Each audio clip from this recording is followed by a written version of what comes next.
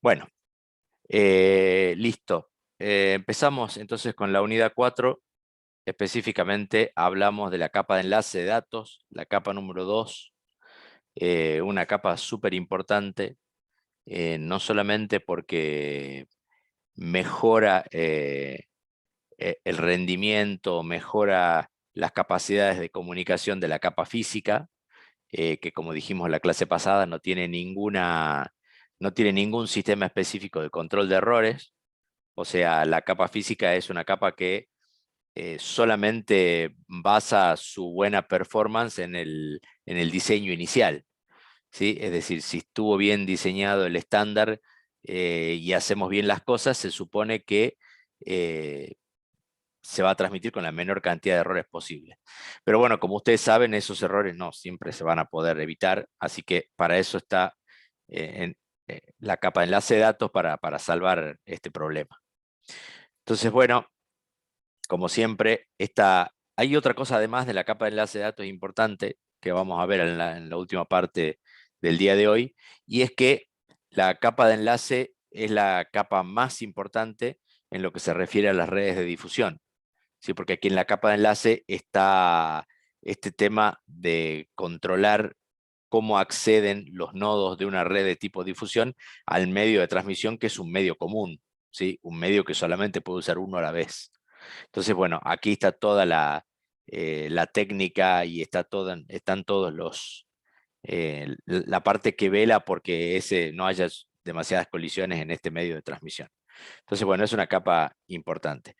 Rápidamente, entonces, como ya les dije, esta capa tiene que ver con los algoritmos para lograr una comunicación fiable y eficiente entre dos máquinas adyacentes en la capa de enlace de datos. Fíjense que acá tal vez debería resaltar esta palabra adyacentes, para separar algo que más adelante se van a dar cuenta, y es que cuando hablamos de redes de punto a punto, nosotros tenemos eh, comunicaciones que no son entre máquinas adyacentes, ¿sí? Porque yo a lo mejor tengo un paquete que va pasando por varios nodos, ¿sí? Para llegar al destino. Entonces, esa comunicación, en definitiva, no es entre máquinas adyacentes. Cuando hablo de máquinas adyacentes, estoy hablando de máquinas que están conectadas físicamente una a la otra, ¿sí? O de equipos adyacentes, llamémosle, puede ser un router, digamos. Eh, Aquellos equipos que están conectados por el canal físico, específicamente. ¿Sí? Ya van a ver que a partir de la capa número 3, la capa de red, cuando hablamos de comunicación ya no estamos hablando de máquinas que son adyacentes, sino que estamos hablando de máquinas que eh, pueden estar distantes unas de otras y que pasan por distintos nodos, uno adyacente del otro, hasta llegar al destino. Pero bueno, volvamos a las funciones de esta capa de enlace. Primero, eh, proporcionar una interfase definida e independiente del canal físico a la capa de red. O sea, la capa de red no se tiene que dar ni cuenta si la capa física es un cable, una fibra, eh, no sé, aire, lo que sea. La capa de red no le importa, ¿sí? Entonces, el que hace esta interfase y ordena esto es la capa de enlace. Para mí, a pesar de que está en segundo lugar, la función más importante es agrupar los bits en marcos, ¿sí? Es dividir el flujo de bits completo en porciones con el objetivo de poder retransmitir alguna de estas porciones cuando hay un error y no tener que transmitir todo. Ese para mí es el objetivo, la función más importante. Bueno, mejorar los errores de transmisión de la capa física, ya lo dijimos, y tiene una función, si quieren, secundaria. ¿Por qué digo secundaria? Porque después es una función que se repite o se complementa en capas superiores, y básicamente en la capa de enlace tiene el objetivo de regular el flujo de marcos o el flujo de paquetes de capa de enlace, si ustedes le quieren llamar así, para que un emisor rápido no sature a un receptor lento. En este caso, eso se llama control de flujo. El control de flujo, en este caso, en la capa de enlace va a ser muy útil para las redes de tipo difusión, pero el control de flujo para las redes punto a punto se va a hacer en capas superiores. ¿Sí? Por ahora, tenemos esa función específica, ya van a ver algunos algoritmos.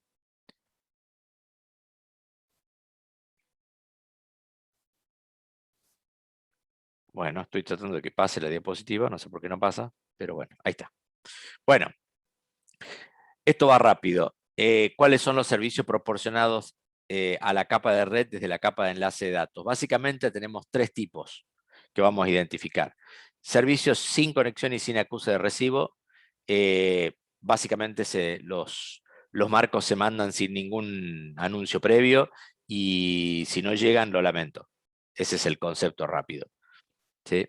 En el segundo caso es algo intermedio en donde se sigue llamando servicio sin conexión porque no hay un anuncio previo de la llegada de un marco, pero los marcos sí tienen que estar numerados para que el destino le pueda enviar al origen una confirmación de que el marco llegó correctamente. Sería un servicio intermedio y por último tenemos un servicio que se llama con conexión y con acuse recibo, en donde antes de arrancar la transmisión de los marcos, se establece una conexión previa con el receptor para indicarle algunos parámetros, ¿sí?, de esta conexión. Obviamente es la más segura, pero también la más lenta. Y a su vez también los paquetes están numerados y tienen la capacidad de ser retransmitidos, ¿sí? Por eso es que para saber cuándo se tiene que retransmitir un paquete, el receptor va a emitir de alguna manera un acuse de recibo, ¿sí?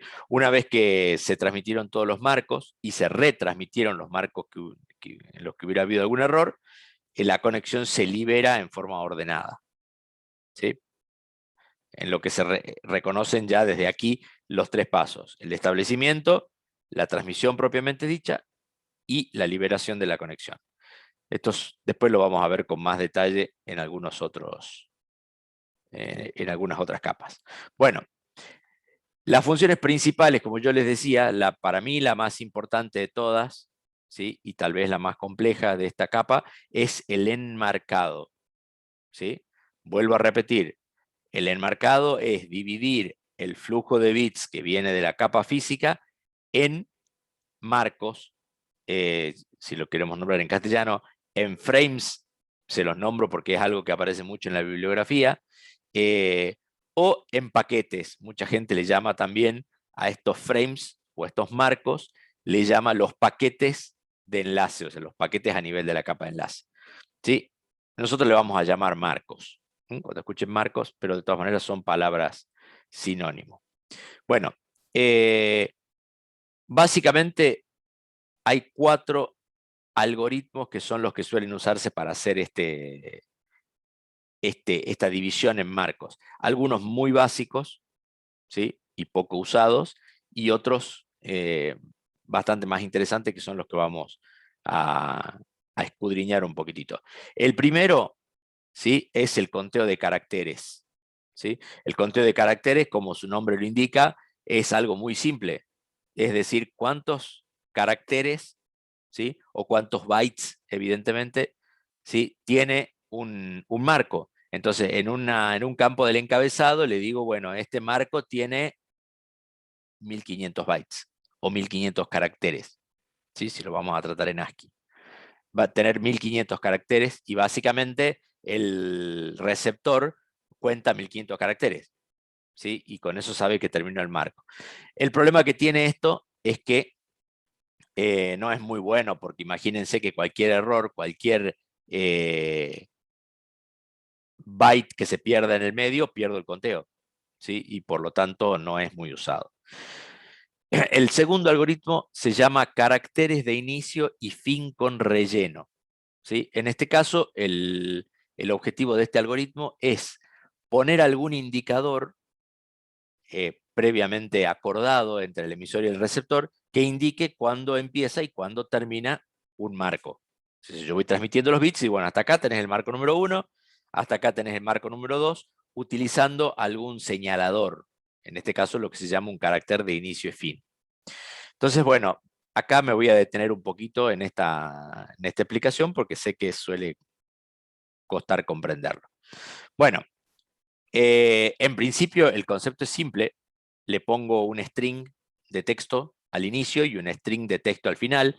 Les En amarillo están los strings que suele sugerir, digamos que están en la bibliografía del libro. Sin embargo, se puede, o sea, yo puedo acordar con mi destinatario poner cualquier otro string. Pero supongamos que vamos a utilizar esto. Esto viene de, el DLE viene de Data Link Exchange, ¿sí? O sea, link de intercambio de datos, y STX viene de Start of Text, ¿sí? Comienzo del texto. Asimismo, el DLE ETX viene de Data Link Exchange End of Text, o sea, fin del texto en inglés. ¿Sí? Entonces, supongamos que vamos a poner esos dos indicadores, el STX para el inicio y el ETX para el final del marco. ¿Sí? Entonces, eso está clarísimo, digamos. O sea, cuando aparece este indicador, estoy indicando que comienza el marco. Cuando aparece el otro indicador, estoy indicando que termina. Ahora, el gran problema de esto es cuando aparece algo, supongamos que imagínense que yo quiero transmitir este PowerPoint, ¿sí? Entonces, en el medio del texto que yo estoy transmitiendo, va a aparecer este mismo indicador, ¿sí? Entonces, tengo que encontrar alguna forma de indicarle al destino que, en este caso no estoy hablando no se está terminando el frame, el marco, sino que simplemente aparece ese código en el medio del texto que yo quiero transmitir. Entonces, para eso es que se hace uso de lo que se llama el relleno de caracteres. ¿Sí? Y acá tenemos un grafiquito de qué es lo que se hace. Cuando el emisor encuentra, ¿sí?, algún Data Link Exchange, ¿sí?, en el medio del texto, lo que hace lo repite. Inserta otro DLE, ¿sí?, falso, ¿sí?, de tal manera que en el texto queden dos DLE juntos, ¿sí? Cuando este texto llega al final al receptor, el receptor se fija, apenas encuentra un DLE, ¿sí?, se fija. Si a continuación tiene otro DLE, lo deja pasar como texto. Si a continuación tiene un ETX o un STX, ¿sí?, lo toma como inicio ¿sí?, como comienzo del marco. ¿Se entiende esto? ¿Me podrían confirmar si se entendió o voy de nuevo? Esta es una parte que sé que les cuesta entender. ¿Podrían explicar de nuevo esa parte? ¿Sí? Por eso les digo. Entonces, vamos a suponer que el emisor está tratando de marcar el frame, el marco, ¿sí? Entonces, pone un DLE STX al principio. Esto va, así como ustedes ven en las diapositivas, digamos, esto estaría yendo de derecha a izquierda, ¿sí? Fíjense, en la primera parte ustedes tienen, este texto tiene A, DLE, B. Eso es lo que yo quiero transmitir. ¿Está claro hasta ahí? A, DLE, B. Entonces, para indicar el principio del marco, ¿sí?, yo le voy a poner STX DLE, como yo había quedado, para indicar el principio del marco. ¿Está? Después pongo la A, que es el siguiente carácter que yo iba a transmitir, pero a continuación veo que tengo un DLE, que es parte de mi indicador de comienzo y de final. Entonces, para tratar de que el destinatario se dé cuenta de que eso no es el comienzo que no es el final del marco, el que está enviando la información le pone otro DLE junto, ¿sí?, para que queden dos DLE, DLE, DLE. ¿Está? Después pone el B y después pone el fin del texto, DLE, ETX. ¿Está? Entonces, cuando esta cadena llega al destinatario, ¿sí?, esto lo empieza a ver así. Entonces, encuentra un DLE. Como a continuación no tiene otro DLE, dice, listo, acá comenzó el texto, ¿sí? Toma la A, ¿sí?, y encuentra un segundo DLE. Y dice, a ver, ¿este DLE qué es? ¿Será el final del marco o no? Entonces va y se fija. A continuación hay otro DLE. ¿Está?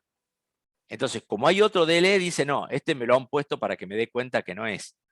Descarta el segundo DLE y sigue. Sigue con la B, que es parte del texto, y por último encuentra otro DLE. Ahora encuentra este segundo DLE y dice, che, a ver, este segundo DLE, ¿será ya el final del marco o no? Entonces se fija en el que sigue. Cuando se fija en el que sigue, dice, no, ya no hay otro DLE, o sea que este sí es el final del marco y termina, cierra el marco. ¿Se entendió ahora? Sí, profe, gracias. Buenísimo. Sé que esto es complicado, tal vez cuando lo lean en el apunte por ahí les va a quedar más claro que ahora todavía, por si hay alguno que le quedó, que no le quedó demasiado claro. Pero básicamente eso es lo que se trata el relleno de caracteres. Bueno, el tercer algoritmo que se usa para el enmarcado se llama indicadores de inicio y fin con relleno de bits. El concepto es exactamente el mismo que el anterior, nada más que en el caso de los caracteres, como ustedes habrán podido observar, está muy orientado a lo que es la transmisión de caracteres de texto, ¿sí? Pero resulta que yo no siempre tengo texto para transmitir, ¿sí? A veces tengo información binaria, muchas veces tengo información binaria. Entonces, este otro algoritmo trabaja de forma exactamente igual, pero orientado a bit, ¿sí? Ustedes me dirán, sí, perfecto, yo también puedo tener un código binario, lo puedo transformar en ASCII y transmitirlo como texto. Sí, por supuesto que se puede, pero cuando yo hago eso, tengo que hacer un paso más y pierdo tiempo y esto hace que no sea tan eficiente. Entonces, para eso hay otro algoritmo que se llama indicadores de inicio-fin con relleno de bit, ¿sí? ¿Cómo funciona esto?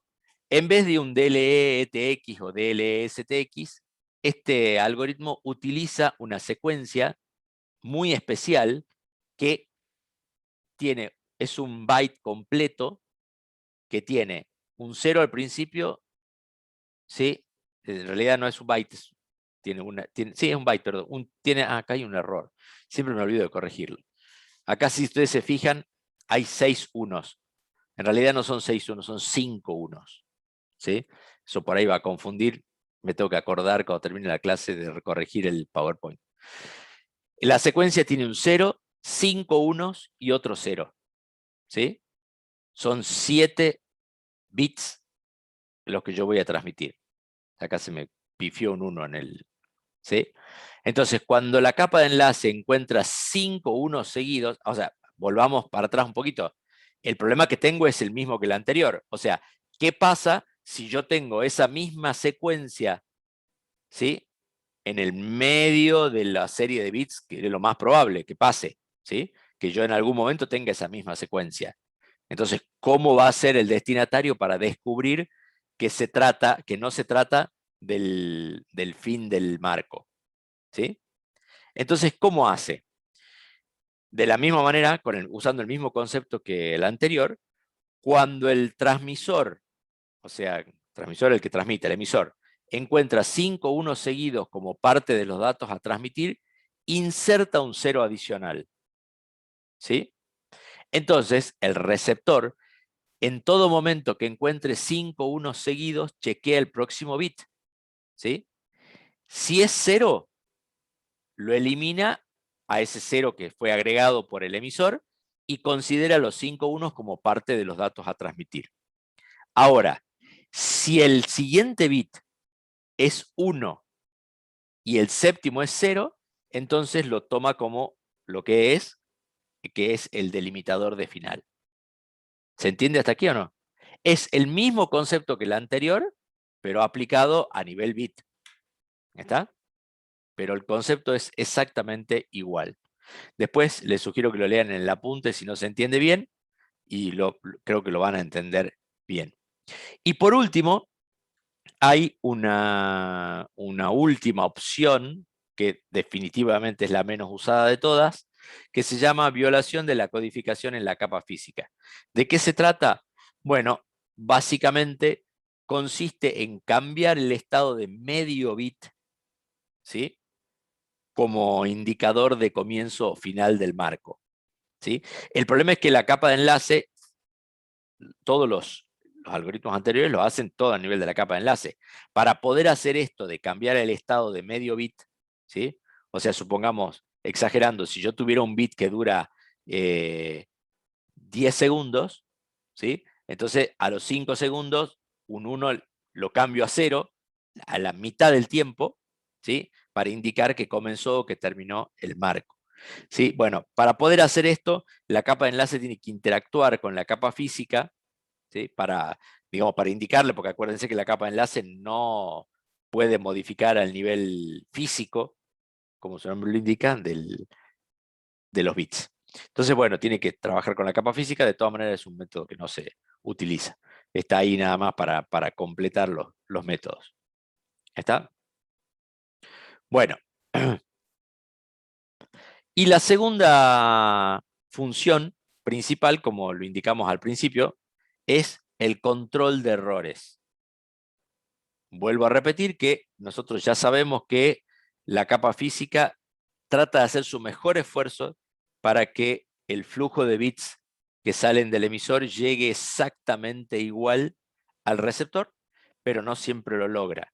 Por eso es que hacemos esta división en marcos, y de esa manera podemos lograr identificar cuando hay un error en un marco para tener la posibilidad de retransmitir este marco erróneo, ¿sí? Esa sería una posibilidad, ¿sí? O sea, tenemos una posibilidad que es: detecto un error en un marco para poder pedir retransmisión, y la otra opción que también existe, más compleja, pero también existe, es tratar de corregir el error del lado del receptor, ¿sí? ¿Estamos hasta ahí? Entonces, tengo dos formas de encarar el control de errores. Una es: divido en marcos, detecto errores y pido retransmisión del marco erróneo.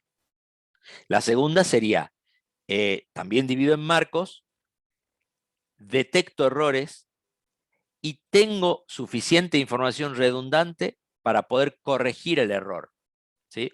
Importante un detalle aquí: cuando ustedes detectan un error, para poder corregirlo, en el caso de la lógica binaria esta que estamos usando ahora, lo único que necesitan saber es en qué posición está el error. ¿Estamos de acuerdo con eso? Porque si yo sé que hay un error y sé en qué posición está el error, lo único que tengo que hacer es cambiar. Si tenía un 1 le pongo un 0, y si tenía un 0 le pongo un 1. ¿Sí? Así que acá lo importante es determinar en qué posición, ¿sí?, del marco está el error que yo tengo que corregir. Corregirlo es trivial. Bueno, esto es lo que les decía recién. Hay dos estrategias: detección de errores y corrección de errores. ¿Cuándo voy a utilizar una y cuándo otra? Bueno, básicamente, si yo tengo digamos, un medio de transmisión que es lo suficientemente confiable, ¿sí?, me va a ser más útil o va a tener más rendimiento utilizar la detección de errores, porque van a ser muy pocos los marcos que voy a tener que retransmitir. Sin embargo, cuando yo tengo un medio de transmisión que es inherentemente poco confiable, o sea, que tiene muchos errores, probablemente sea más performante o más o mejor utilizar algún sistema de corrección de errores, ¿sí? Porque si no, me la voy a pasar retransmitiendo marcos, ¿sí? Entonces imagínense, encuentro un marco con error, le pido que lo retransmita, cuando lo retransmite vuelve a dar error, lo vuelvo a retransmitir. Entonces, en estos casos, va a ser preferible agregar información redundante al marco para que le permita al receptor hacer la corrección de errores, ¿sí? El problema, básicamente, es que para yo poder corregir errores, necesito agregar mucha información redundante, ¿sí? Cuando digo mucha, es que puedo llegar a tener que transmitir 2 y 3 veces más información que la que transmitiría sin información redundante. ¿Está? Ahora, si el medio de transmisión que yo tengo es lo suficientemente poco confiable para que yo tenga que retransmitir 3, 4 veces o 5 veces el marco, entonces me conviene corregir. ¿Se entiende el concepto? Cuando uso uno y cuando uso otro. O sea, resumiendo, para medios con pocos errores, detección; para medios con muchos errores, corrección. ¿Está? Bueno, nosotros vamos a ver específicamente el tema de detección de errores, ¿sí? El tema de corrección de errores es mucho más complejo para entenderlo a nivel que nos interesa en este curso. Así que en el apunte hay una pequeña explicación, ¿sí? Que yo de todas maneras, como sé que es compleja y en definitiva, como les digo, no llega al alcance de este curso, el que quiera la puede leer en el libro, está muy bien explicado, en la bibliografía, en el apunte también. Pero bueno, vamos a la detección de errores. Bueno, el método más usado, como dice aquí en la diapositiva, es algo que ustedes ya conocen bastante, el código polinómico o código de redundancia cíclica. ¿Sí? ¿Escucharon hablar alguna vez de este? Supongo que sí, el famoso CRC. ¿Sí? Llevado al campo binario es nuestro famoso bit de paridad. ¿Sí? Digamos que el bit de paridad es un código simple de redundancia cíclica. Bueno, ¿cómo funciona esto así de forma rápida y sin ahondar demasiado? Básicamente trata a la cadena de bits como un polinomio cuyos coeficientes son 0 y 1. ¿Está? Entonces, el emisor y el receptor se ponen de acuerdo en la utilización de un polinomio generador fijo antes de comenzar la transmisión. Entonces, la idea es anexar una suma de comprobación al final de cada marco, de tal manera que cuando llegue al destino y yo haga la división de ese polinomio por el polinomio generador que acordé al principio, si la diferencia me da 0, quiere decir que no hay error, ¿sí? Y si me queda un resto o la diferencia me da 1, quiere decir que hay un error y debo retransmitir este marco. Ese es el marco global, ¿sí? Una pequeña introducción a lo que dice la teoría de Hamming. Esta teoría de Hamming es la teoría básica sobre la que está construido todo el sistema de detección y de corrección de errores, ¿sí? Me interesa básicamente que entendamos cómo funciona o cuál es el concepto de la teoría de Hamming, no estrictamente cómo se aplica porque es compleja y lleva pasos matemáticos que, como les dije, no están al alcance de este curso, no me interesan, ¿sí? Básicamente, lo que propone la teoría de Hamming es que yo tengo un marco que está compuesto por dos partes. Este marco está compuesto por n bits de datos, que está compuesto por dos partes, ¿sí? Una parte que le vamos a llamar m, y una parte que le vamos a llamar r de redundante, ¿sí? M son los bits que yo concretamente quiero transmitir en este marco, y r son los bits que yo le voy a agregar, ¿sí? Solamente con el objetivo de detectar o de corregir errores. ¿Está? Bueno, la suma de estos dos, o sea,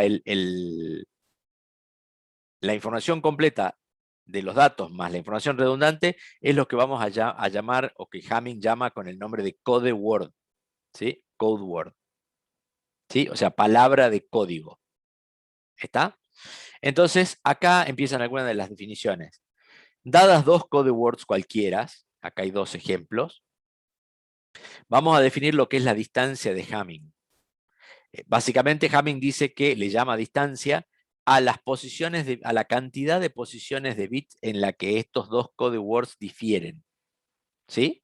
En este caso son 3, como ustedes pueden ver. O sea, hay 3 posiciones que cambian para pasar de un code word al otro.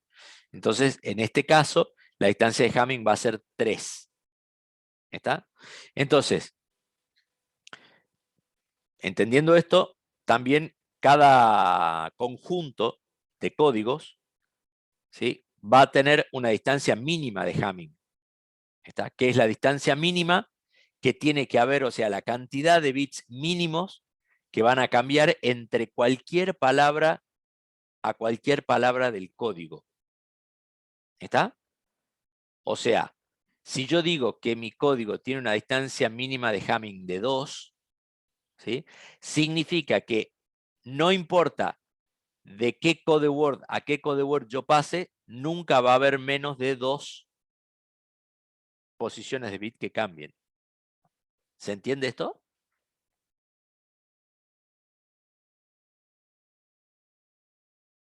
¿Alguno? A ver, me digan, ¿se entiende?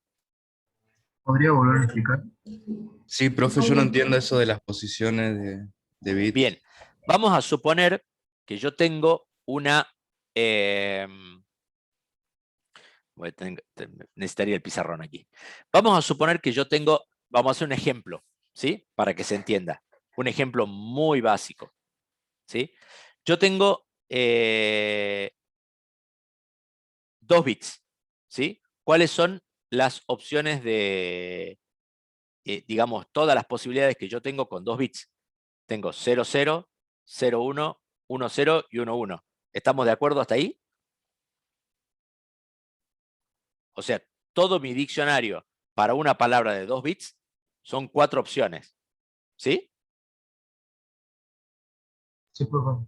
¿Estamos de acuerdo hasta ahí? Bien. Si entre el 0, 0 y el 0, 1, ¿cuántas posiciones de bit cambian? Una, ¿no es cierto?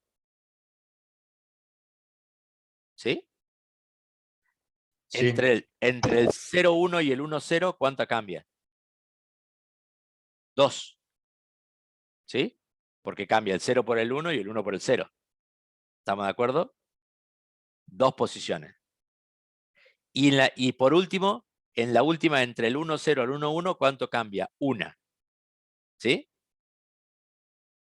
Entonces yo podría decir que en la distancia mínima de este código, ¿sí?, de estas 4 opciones que yo tengo, es 1. ¿Está? ¿Estamos de acuerdo hasta ahí? Porque no importa de cuál a cuál pase yo, siempre va a haber al menos un bit que cambie.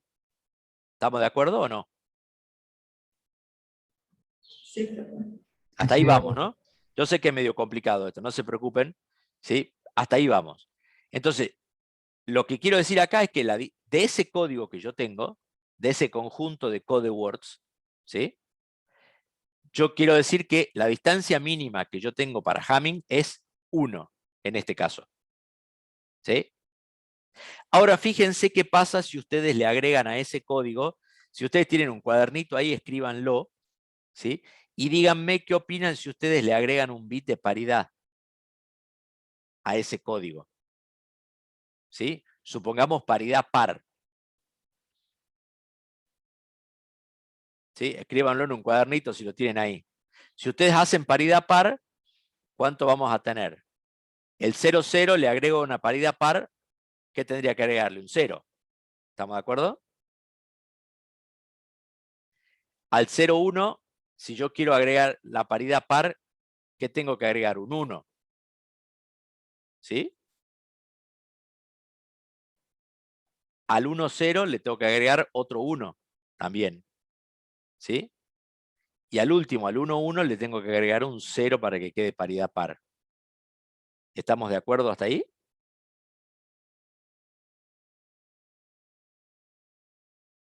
¿Lo escribieron?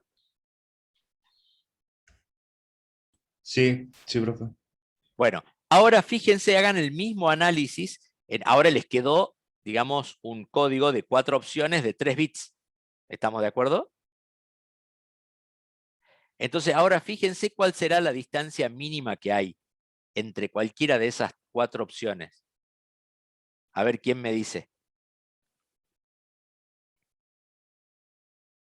¿Cuál es la distancia mínima que va a haber entre cualquiera de esas opciones ahora que le agregan el código de paridad?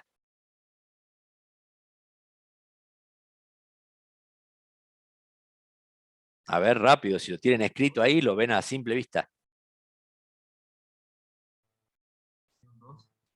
2, exactamente. O sea, fíjense, antes de agregarle el bit de paridad, yo tenía distancia mínima de Hamming 1. ¿Sí? Ahora que le agregué el bit de paridad, lo que hice fue aumentar la distancia mínima de Hamming a 2. ¿Está? O sea, no hay ninguna opción del código en donde cambien menos de 2 bits. ¿Se entiende?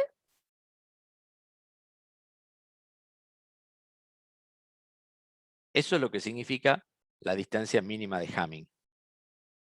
Y toda la teoría de Hamming se basa en este hecho de aumentar la distancia mínima en un código. ¿Sí? ¿Por qué?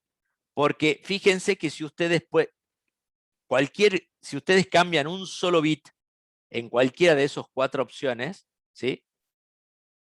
El resultado cae fuera del código. ¿Sí? Y entonces ustedes pueden detectar que hay un error. ¿Se entiende o no?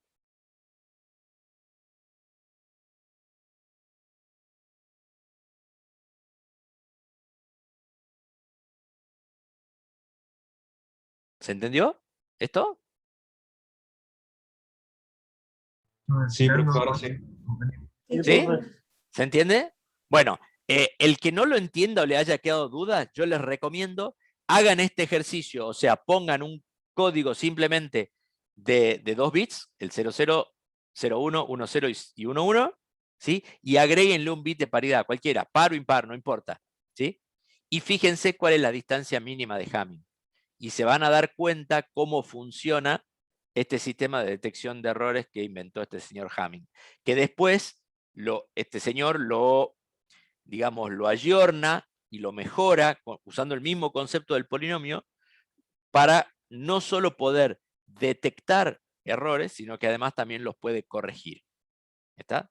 Nada más que el proceso, imagínense si les costó entenderlo, el proceso es mucho más complejo. Por eso lo saqué de esta teoría. ¿Sí? Bueno, entendido esto, después si quieren podemos hacer algunas preguntas y si no, después paso y ya lo hago en alguna pizarra. No sé si puedo usar la pizarra. A ver si puedo encontrar la pizarra acá. Yo sé que hay una pizarra acá pero no sé dónde está.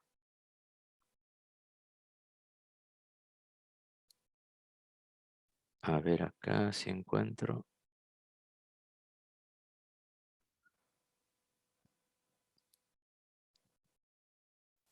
A ver si puedo escribir. Voy a hacerlo del código, a ver si me sale. ¿Sí? 00, 01, 10, 11. ¿Sí? Esas son mis code words. Esto es lo que yo les decía recién.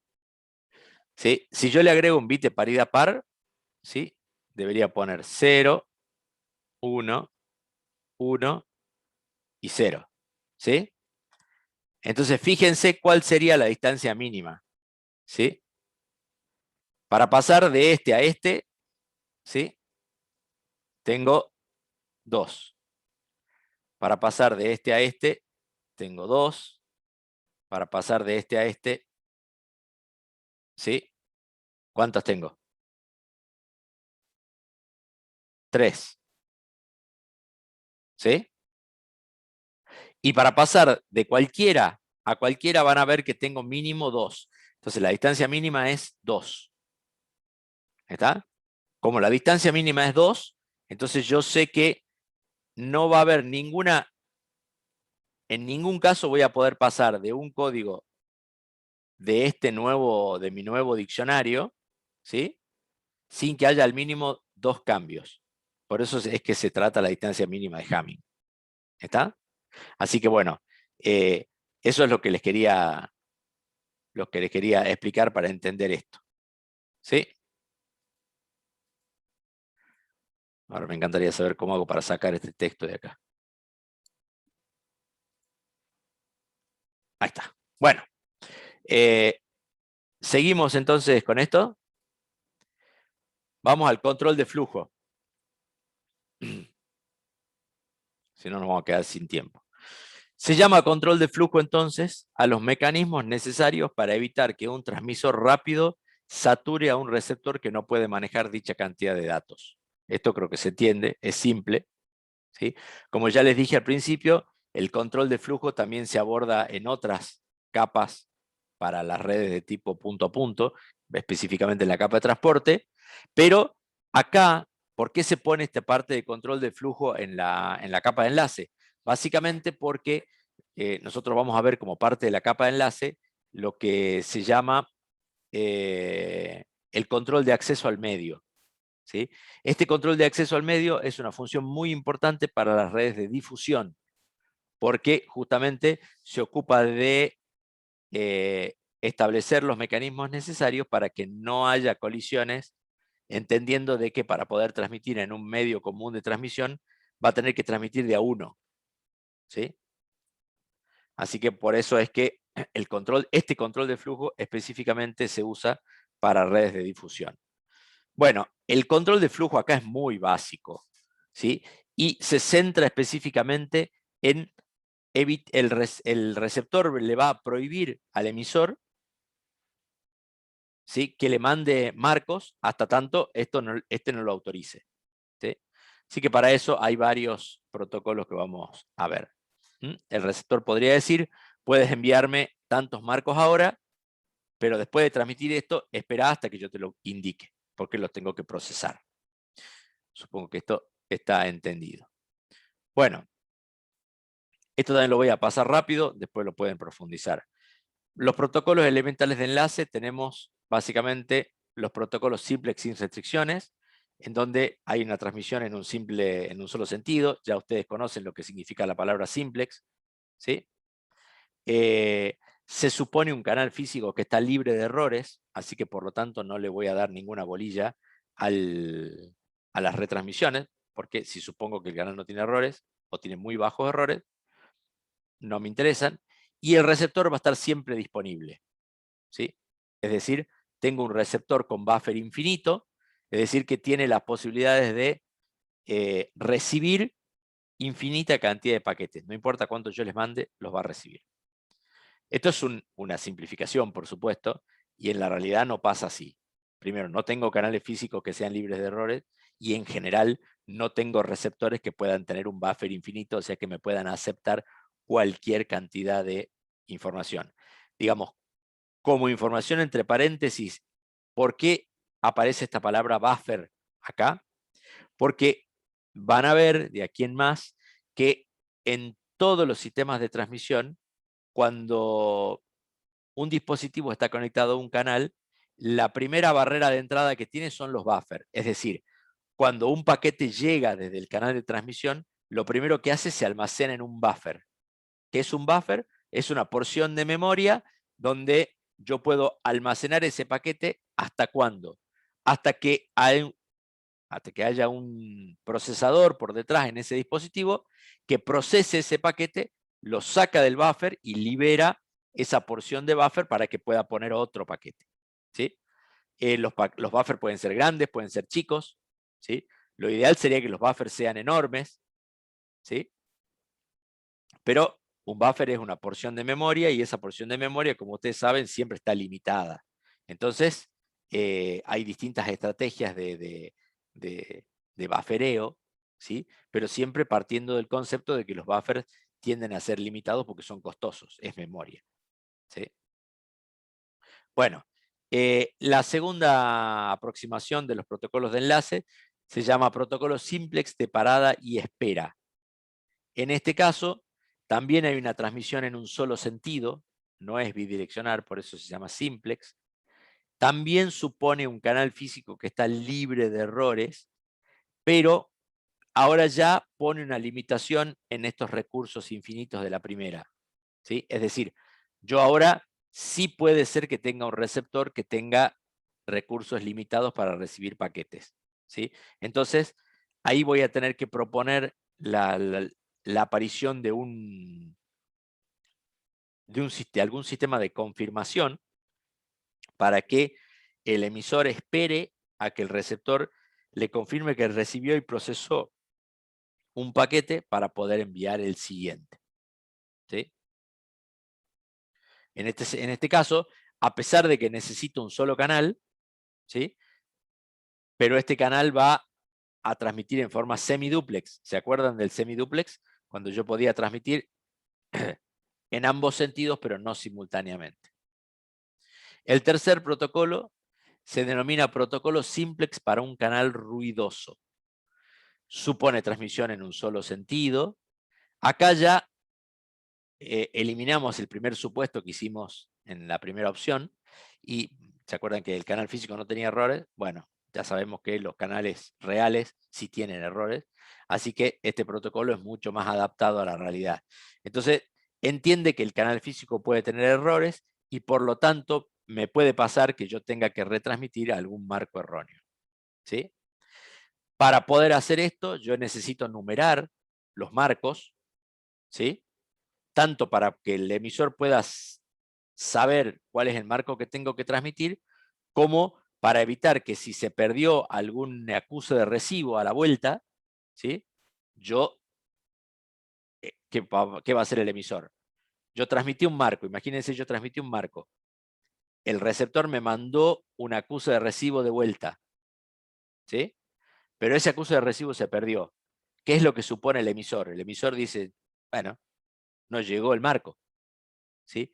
Y después de un cierto tiempo, para eso el emisor tiene un timer, después de un cierto tiempo lo vuelve a retransmitir automáticamente, porque nunca recibió el acuse de recibo. ¿Está? Entonces, para evitar, como el marco ese había llegado perfectamente, entonces voy a tener un paquete duplicado, un marco duplicado. Para evitar la duplicidad, como ese paquete llega el mismo número, ya el receptor se va a encargar de descartarlo. ¿Está? Entonces, ¿qué aparece acá en este protocolo? Aparecen los acuses de recibo, aparecen los timers en el emisor, ¿sí? El timer que dice, bueno, si no recibo una acuse de recibo en cierto tiempo, por defecto voy a retransmitir el paquete. ¿Está? Esto para evitar que haya pérdidas de información. ¿Está? Bueno, esto que les decía recién, aparece este timer en el emisor que evita que se detenga el flujo de paquetes si se llega a perder algún acuse de recibo. Bueno, también necesita un solo canal de 2 sentidos en formato semiduplex. ¿Sí? Bueno, y por último, tenemos el protocolo que se utiliza en la realidad y que es el más estándar de todos, que se llama protocolo de ventana corrediza, ¿sí?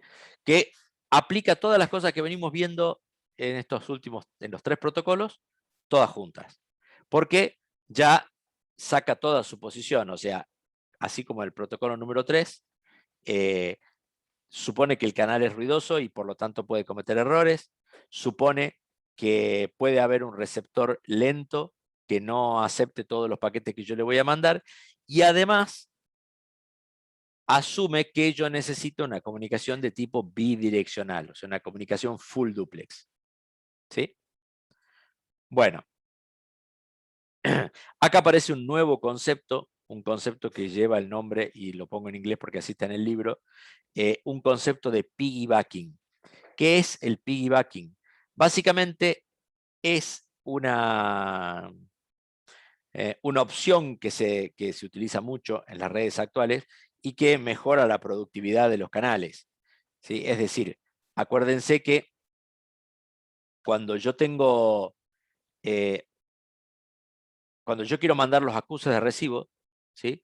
Yo voy a tener, cuando tengo doble sentido, o sea, 2 canales simultáneos en 2 sentidos, yo voy a tener paquetes que van de un lado hacia el otro, en ambos sentidos, y también voy a tener acuses de recibo que van de un lado hacia el otro. ¿Está? Entonces, una de las opciones para evitar que haya marcos completos vacíos que solo tengan un acuse de recibo, ¿sí? Es mandar los acuses de recibo montados en el encabezado de algún paquete de datos que vaya hacia el otro lado. ¿Se entiende esto?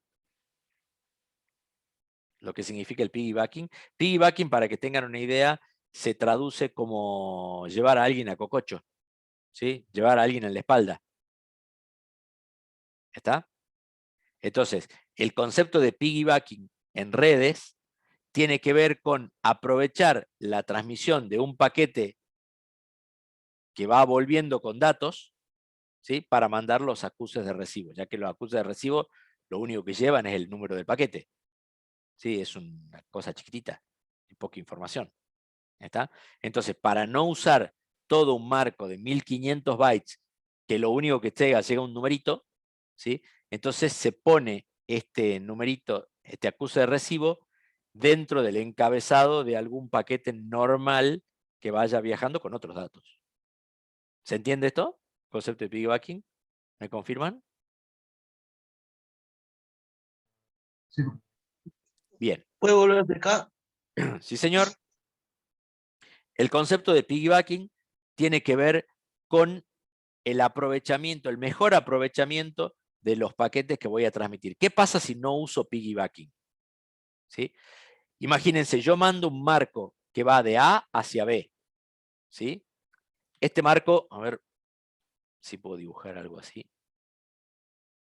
Vamos a poner acá. Yo tengo un emisor A, ¿sí? Que va mandando marcos de A hacia un receptor B.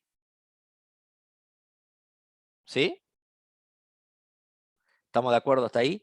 Entonces, el sentido de transmisión de acá, el sentido va a ser este, ¿sí? Va de A hacia B.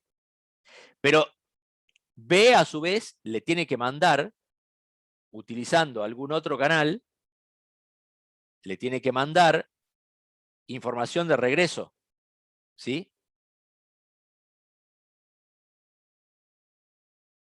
¿Estamos de acuerdo? Esa información básicamente son los acuses de recibo de los paquetes que recibió de A. Entonces, si yo tengo que mandar esos acuses de recibo que solamente, ¿qué es un acuse de recibo? Un acuse de recibo es decir, ok, llegó el paquete número 1. O sea, ¿qué es lo único que lleva? Un número 1. ¿Está? Ese paquete. Entonces, voy a desperdiciar 1500 bytes que van de B hacia A para solamente llevar un número 1. Entonces, alguien se dio cuenta que yo podía aprovechar paquetes de información que vayan en el otro sentido para llevar los acuses de recibo. ¿Se entiende ahí? Eso se llama piggybacking. Sí, profe. Gracias. Excelente. Bueno, a ver si puedo borrar esto. Eso es lo que se llama piggybacking. Bueno, ahora, específicamente, ¿cómo funciona el protocolo de ventana corrediza? Veamos cuál es la situación que yo tengo ahora. Yo tengo un emisor y un receptor que van, digamos que en realidad el concepto de emisor y receptor, ¿se acuerdan del full duplex que vimos en la primera clase? ¿Se acuerdan que en el full duplex el emisor y el receptor cambiaban de función continuamente? ¿Sí? O sea, A mandaba mensajes hacia B, pero a su vez al mismo tiempo B le mandaba mensajes hacia A. ¿Sí? Entonces, ¿se acuerdan que nosotros habíamos dibujado, ¿sí? Una cosa que era algo así? ¿Se acuerdan? En realidad lo podríamos dibujar mejor así. Pero ¿dónde está aquí?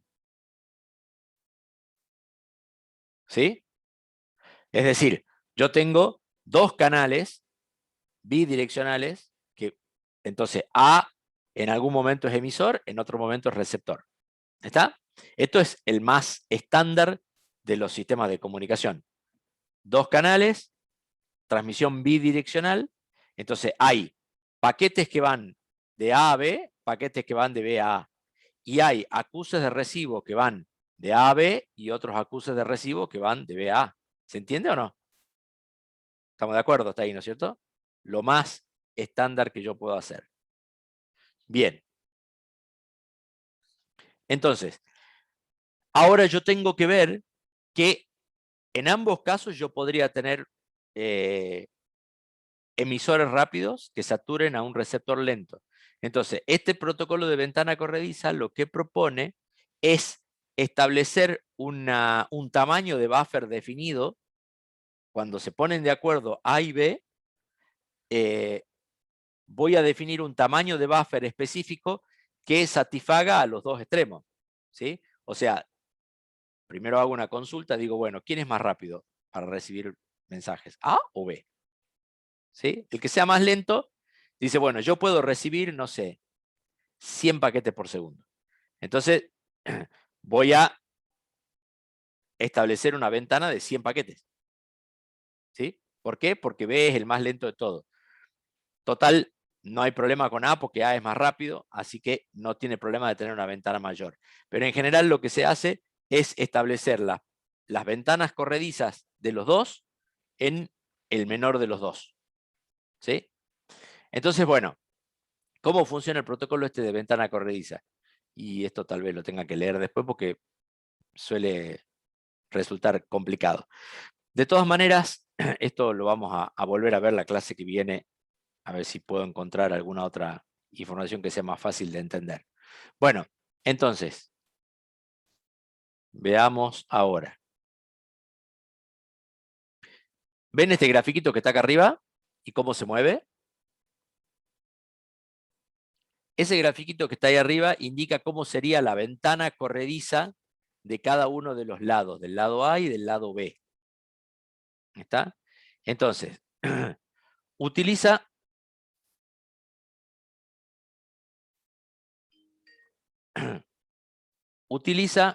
los marcos de información, ¿sí? Utiliza piggybacking para mandar los ACK, ¿sí? Estos ACK. ACK es una contracción de acknowledgement, ¿sí? Son básicamente los acuses de recibo. Así que cuando vean ACK, estamos hablando de los acuses de recibo, ¿sí? Entonces, ¿cómo funciona básicamente? Si yo establezco una ventana, para hacerlo simple, lo voy a hacer de 10 paquetes, como está acá en este grafiquito. Si yo establezco una ventana de 10 paquetes, ¿sí? El emisor A le va a mandar un paquete, le va a mandar 2 paquetes, le va a mandar 3 paquetes, ¿hasta cuándo? Hasta que llegue a los 10. ¿Qué pasa si llega a los 10 y no recibió ningún acuse de recibo? Básicamente, detiene la emisión de paquetes porque significa que el nodo B no lo pudo procesar y por lo tanto no le mandó ningún acuse de recibo. ¿Estamos hasta ahí? Ahora, ¿qué pasa si en el medio de que está transmitiendo el paquete número 1, número 2, número 3, recibe el primer acuse de recibo? ¿Sí? La ventana corrediza libera ese acuse de recibo que le mandó B, libera una posición más de estos 10, o sea que ya podría mandar 11 tramas, 11 marcos. ¿Sí?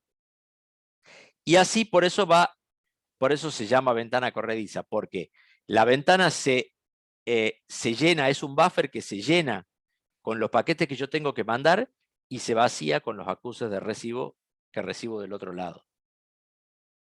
¿Se entiende algo de esto o no? Sí, profe, se entiende. ¿Se entiende? O sea, si yo tengo una ventana de 10, voy llenando, voy mandando 1, 2, 3, 4, 5, 6, hasta el 10. Si hasta el 10 no llegó ninguna acuse de recibo, se para. ¿Sí? Si recibo una acuse de recibo, ya puedo mandar 11. Si recibo el segundo, mientras estoy retransmitiendo los primeros 10, ya puedo mandar 12. ¿Sí? Y así sucesivamente. Bueno, este sistema de ventana corrediza, como estamos hablando de un sistema que es bidireccional, se establece obviamente de los dos lados. ¿Sí? Entonces funciona. Si ustedes pudieran ver el sistema bidireccional como dos sistemas unidireccionales al mismo tiempo, ¿sí? El protocolo de ventana corrediza es bastante simple y me resuelve los dos problemas al mismo tiempo.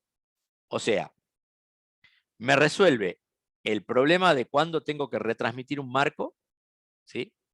Porque, ¿qué pasa en el protocolo de ventana corrediza si se pierde un acuse de recibo? A ver quién me dice, quién se imagina qué puede suceder después de un rato. Supongamos que yo mandé un marco y cuando estaba volviendo por un error en la línea, se perdió el acuse de recibo. ¿Qué se imaginan ustedes que pasará después de un tiempo? A ver quién se juega. Lo vuelve a transmitir, me escriben ahí. Exactamente.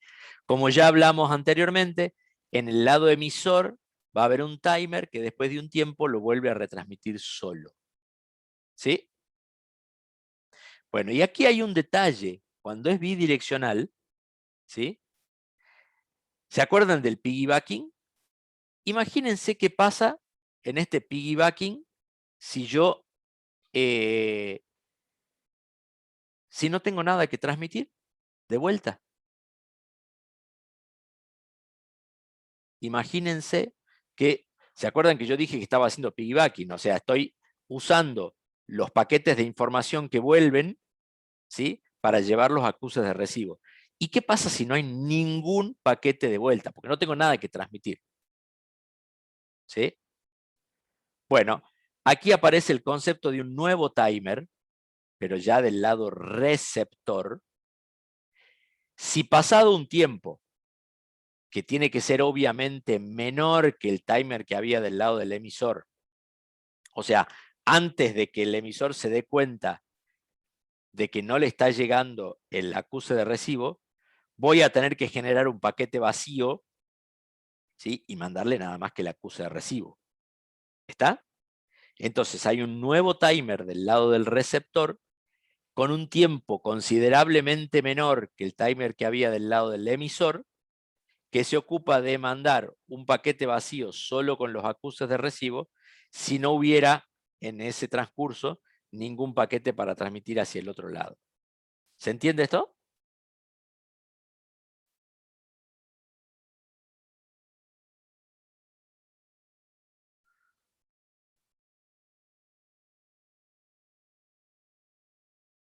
¿Estamos hasta ahí?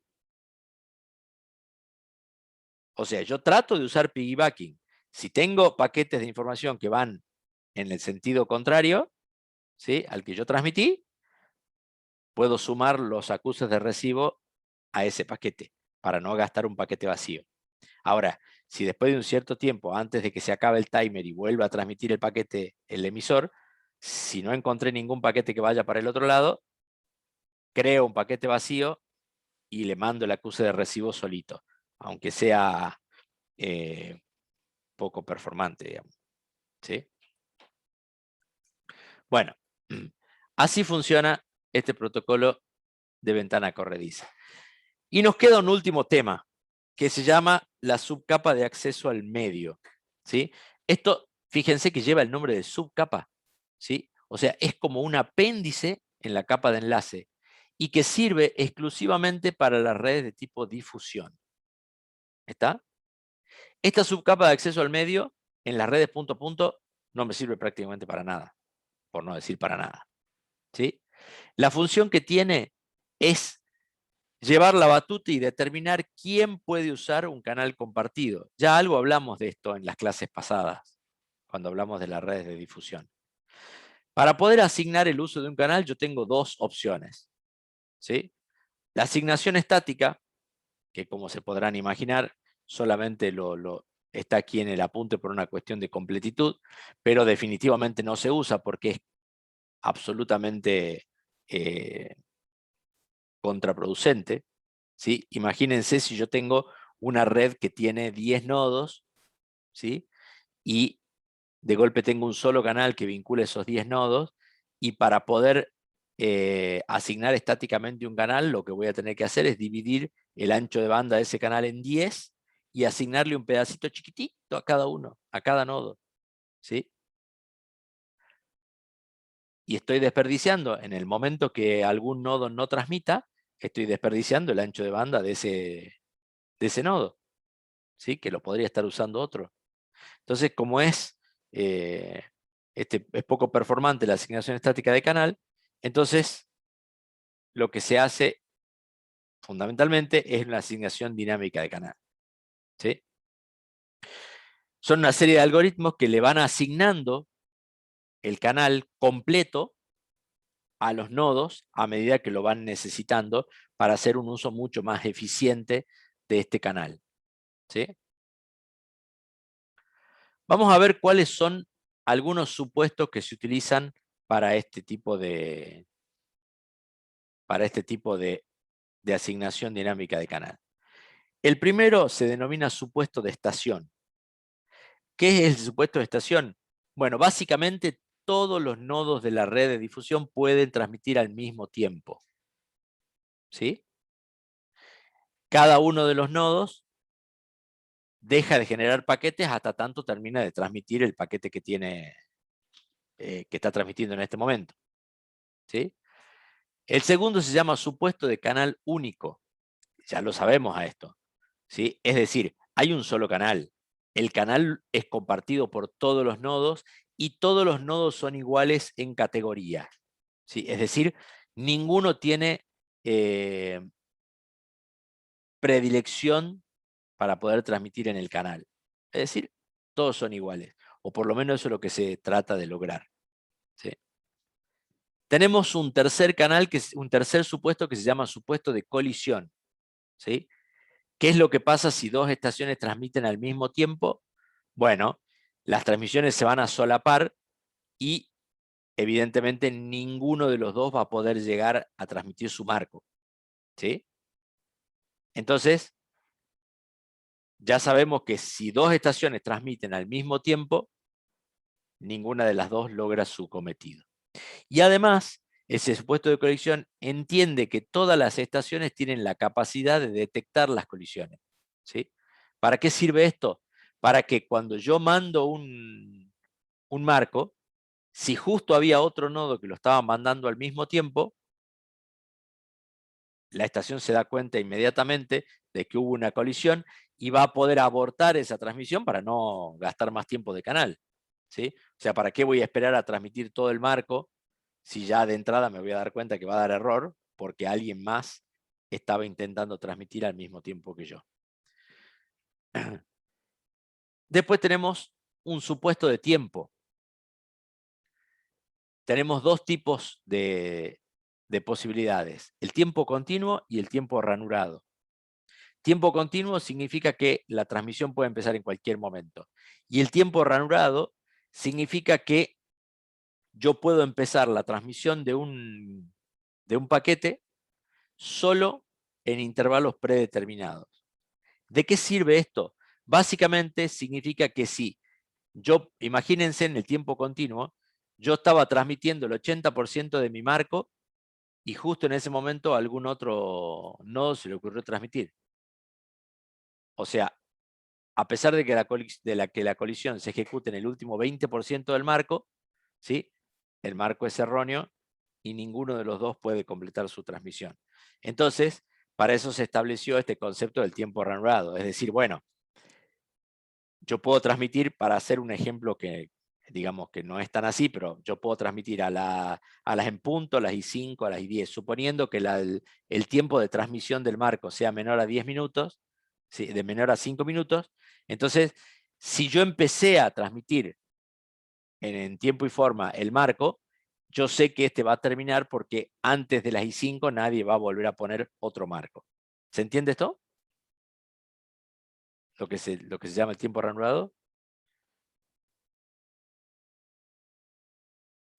Bueno. Y por último, la detección de actividad en el medio, con detección de portadora y sin detección de portadora. ¿Qué significa esto? Significa que los nodos tienen la capacidad de escuchar antes de poder transmitir si alguien más está utilizando el canal común de transmisión o no. ¿Sí? Cuando yo hablo de con detección de portadora, las estaciones pueden saber previo a transmitir si el canal está siendo usado o no. Y sin detección de portadora, recién me voy a dar cuenta de que hubo una colisión después que empecé a transmitir. ¿Está? ¿Se entendieron todos estos supuestos? ¿Alguna duda por acá? Ahora van a ver para qué sirven. ¿Sí? Porque todas estas cosas se utilizan en los protocolos básicos de acceso al medio. Así que avancemos en los ejemplos. Bueno, Acá vamos a hacer una serie de ejemplos de protocolos de acceso múltiple, ¿sí? Desde los más básicos que fueron, esto es de alguna manera como una especie de historieta de cómo se inventaron los protocolos de acceso al medio, ¿sí? El primero de todo, el primero que se conoce como protocolo de acceso al medio, se llamaba Aloha puro. ¿Por qué se llama Aloha?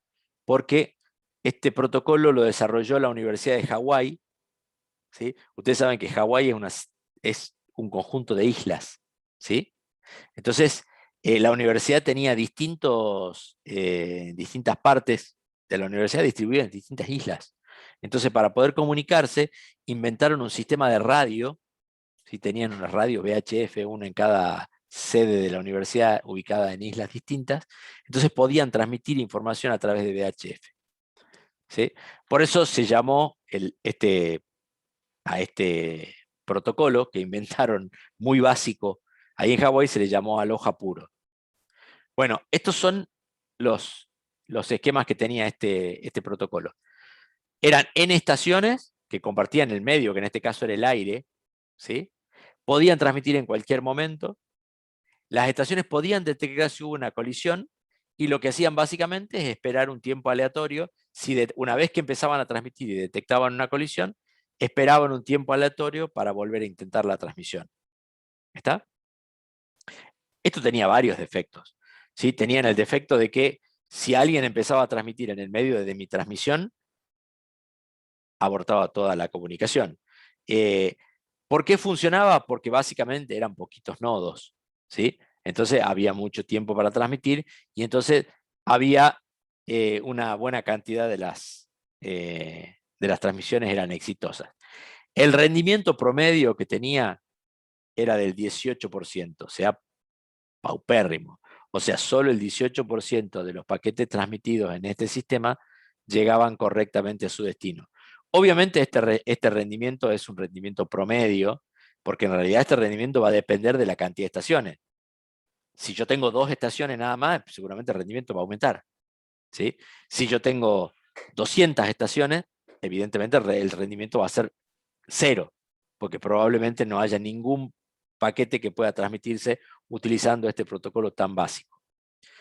Bueno, como una mejora de este protocolo aparece el Aloha ranurado, utilizando este supuesto de tiempo que vimos hace un ratito. Es básicamente lo mismo, nada más que divide el tiempo total en intervalos de tiempo. Estos intervalos de tiempo son tales de que en cada intervalo se puede transmitir un paquete completo. ¿Está? Entonces, en el Aloha ranurado, las estaciones solo pueden transmitir al comienzo de cada ranura de tiempo. Fíjense que ahí ya, mejorando esta posibilidad de que no haya colisiones en el medio, el rendimiento mejora utilizando un esquema similar al anterior, pasa del 18 al 37%. ¿Está? O sea, utilizando este supuesto de tiempo, ya mejora muchísimo el rendimiento, pero todavía sigue siendo un rendimiento bajo.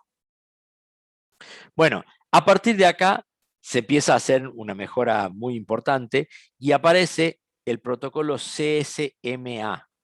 CSMA es la contracción de las palabras en inglés Carrier Sense Multiple Access, que traducido significa acceso múltiple con sensado de portadora. Y básicamente utiliza estos siguientes supuestos. Primero, las estaciones pueden detectar si alguien está usando el canal. ¿Sí? ¿Qué es lo que hacen? Entonces, si yo soy una estación que quiero transmitir, lo que hago primero escucho el canal. Si el canal está desocupado, bueno, transmito. Si el canal está ocupado, tengo 2 opciones. Me quedo escuchando el canal hasta que se desocupe, o bien simplemente pongo un timer, espero un tiempo al azar y después vuelvo a intentar la misma opción. Esto se denomina CSMA persistente. ¿Sí? El canal está ocupado, la estación se mantiene a la escucha para ver cuándo se desocupa y poder transmitir. Y el CSMA no persistente es el otro, es decir, espero un tiempo aleatorio y vuelvo a intentar escuchar el canal. ¿Se entiende hasta ahí? ¿Hablen algo o ya se fueron? Bien, están ahí todavía. Bueno, este CCMA, el CCMA básico, aumenta el rendimiento casi a un 50%, o sea, pasamos del 18 al 37 y ahora al 50. ¿Está? Básicamente la mejora entre el aloja ranurado y el CSMA es la posibilidad de utilizar el supuesto de estación, es decir, el supuesto en que la estación escucha, ¿sí?, si el canal está siendo usado o no. Y por último, el protocolo que se utiliza en la actualidad, este protocolo que ustedes conocen con el nombre de Ethernet, ¿sí?, supongo que lo habrán escuchado nombrar alguna vez. Su nombre técnico específicamente es CSMA con detección de colisiones, ¿sí? Básicamente lo que hace es el mismo que el CSMA básico, con la opción de que si, fíjense en el CSMA, ¿cuál es la única posibilidad de colisión? A ver quién me dice.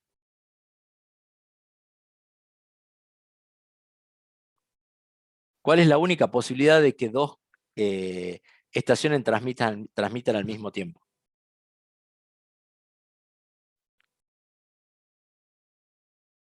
¿No se lo imaginan? Bueno, básicamente el concepto sería, si dos estaciones escuchan el canal desocupado al mismo tiempo, las dos van a intentar transmitir al mismo tiempo y por supuesto va a haber una colisión, ¿sí? Entonces, lo que se mejoró con esta detección de colisiones es abortar inmediatamente la transmisión, apenas empezada la transmisión, cuando yo detecto que hay una colisión. ¿Sí? O sea, no me quedo esperando a darme cuenta que la transmisión fue errónea durante toda la transmisión del paquete, sino que aborto inmediatamente para volver a esperar un tiempo al azar. ¿Sí? Y entonces, con esto se mejora muchísimo el rendimiento. Fíjense que utilizando la detección de colisiones, se mejora el rendimiento hasta un 70%. O sea, ya estamos en un rendimiento aceptable. O sea, ¿puede haber colisiones? Sí, puede haber colisiones. Pero como se abortan inmediatamente las transmisiones, las colisiones no son algo demasiado importante. ¿Está? Bueno, y este protocolo es el protocolo que se usa actualmente, es el protocolo que nosotros conocemos con el nombre de Ethernet. ¿Está? Sé que debe haber muchas preguntas, o me equivoco, pero ya estamos recontrapasado de tiempo. Teóricamente, esta es la última unidad antes del primer parcial.